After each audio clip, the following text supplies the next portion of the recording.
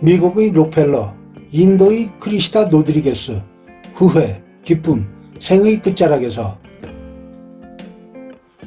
인도의 여성 백만장자로 세계적으로 유명한 모델이자 패션 디자이너이며 작가이기도 한 크리시다 로드리게스는 암으로 인해 짧은 기간밖에 살 수 없다는 시한부 선고를 받았습니다. 그리고 또 한 사람 암에 걸려 1년밖에 못 산다는 시한부 선고를 받은 사람이 있었습니다. 미국의 석유왕 록펠러입니다.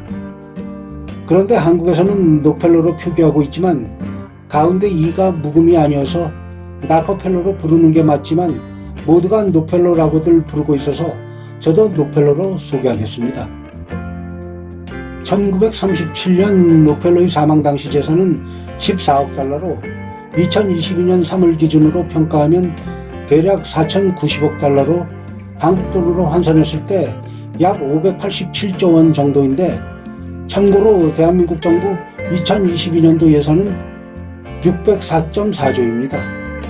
또 당시보다 훨씬 경제 규모가 커진 2022년 3월 기준 전 세계 부자 순위 1위는 일론 머스크 테슬라 CEO로 재산이 2,190억 달러이며 2위는 제프 베이조스 아마존 창업자로 1,710억 달러인데, 록펠러는 일론 머스크보다 거의 2배 가까운 부를 소유하고 있었습니다.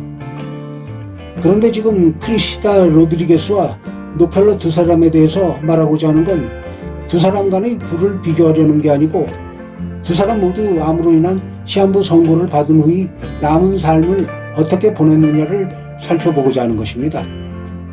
크리시다 로드리게스는 암으로 인해 짧은 시한부 인생을 살다가 세상과 작별할 때가 가까우자 자신이 살아왔던 삶을 돌아보면서 많은 사람들이 꼭 봤으면 하는 글을 썼습니다. 하나, 나는 세계에서 아주 유명한 비싼 자동차를 갖고 있습니다. 그렇지만 지금 나는 병원 휠체어에 앉아 있습니다. 둘, 나의 집에는 세계 최고 디자이너의 다양한 옷과 신발, 장신구 등 비싼 물건들이 많이 있습니다. 하지만 지금 나는 병원에서 하얀 환자복을 입고 있습니다. 셋, 나는 원하는 것은 무엇이든지 할 수 있을 만큼 아주 많은 돈을 모아놓았습니다. 그러나 지금 내 병은 많은 돈으로도 고칠 수 없습니다. 넷, 나의 집은 왕궁 같은 대저택에 호화로운 가구들로 가득 차 있습니다. 그러나 지금 나는 병원에서 침대 하나만 의지해서 누워있을 뿐입니다. 다섯, 나는 여행을 다닐 때면 별 5개짜리 호텔을 바꿔가며 머물렀었습니다. 그러나 지금 나는 병원의 검사소를 옮겨다니며 머물고 있습니다. 여섯, 나는 유명한 패션 디자이너였으며 수많은 계약 체결 때 나의 이름으로 멋진 사인을 했었습니다. 그러나 지금은 병원의 진단검사지에 사인하고 있습니다. 일곱, 나는 보석으로 장식된 머리 장식품을 많이 가지고 있습니다. 그러나 지금은 비싼 보석으로 장식할 머리카락이 없습니다. 여덟, 나는 자가용 비행기가 있어서 어디든 갈 때 타고 갔습니다. 그러나 지금은 간호사가 밀어주는 휠체어에 앉아 있습니다.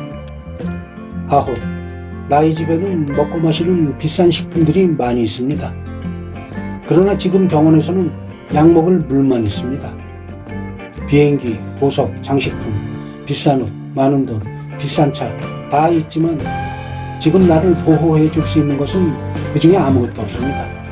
지금 내가 오직 드리고 싶은 말은 사람이 살아갈 때 다른 사람들에게 이익이 되게 기원하고 타인을 돕는 것, 이것이 가장 중요하다고 생각합니다. 우리 생은 너무나 짧습니다. 이 한 생에 비싼 물건들은 중요하지 않습니다. 가장 중요한 것은 타인의 행복을 위해 도움을 주는 것입니다. 함께 나누지 못했던 것이 가장 후회된다는 메시지를 남긴 이틀 뒤 2018년 9월 그녀는 운명했습니다.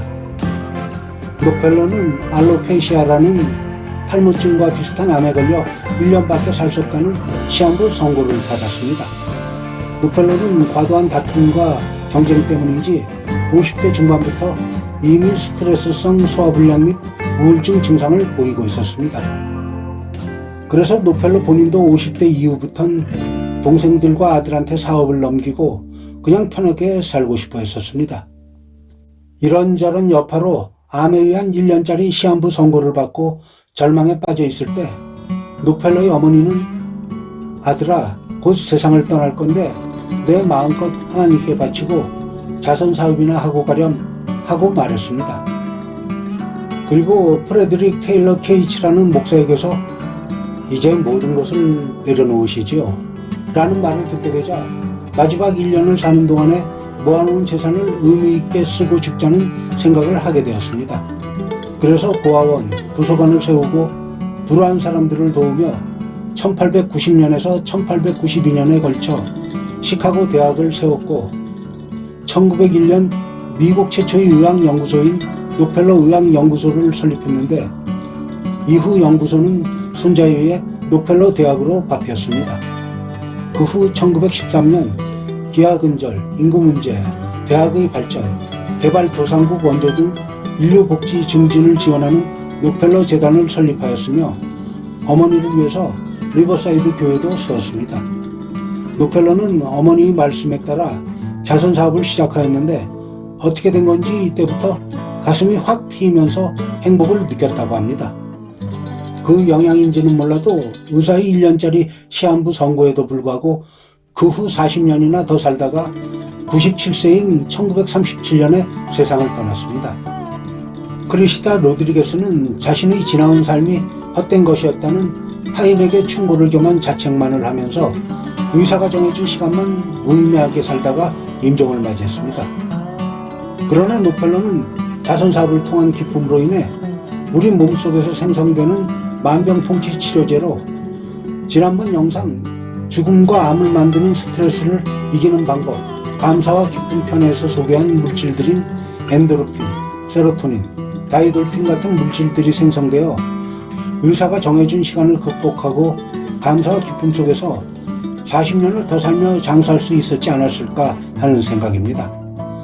내 것을 베풀고 나눌 때 나에게 돌아오는 기쁨은 내가 내어준 것과는 비교할 수 없을 정도로 클 것이라고 생각합니다.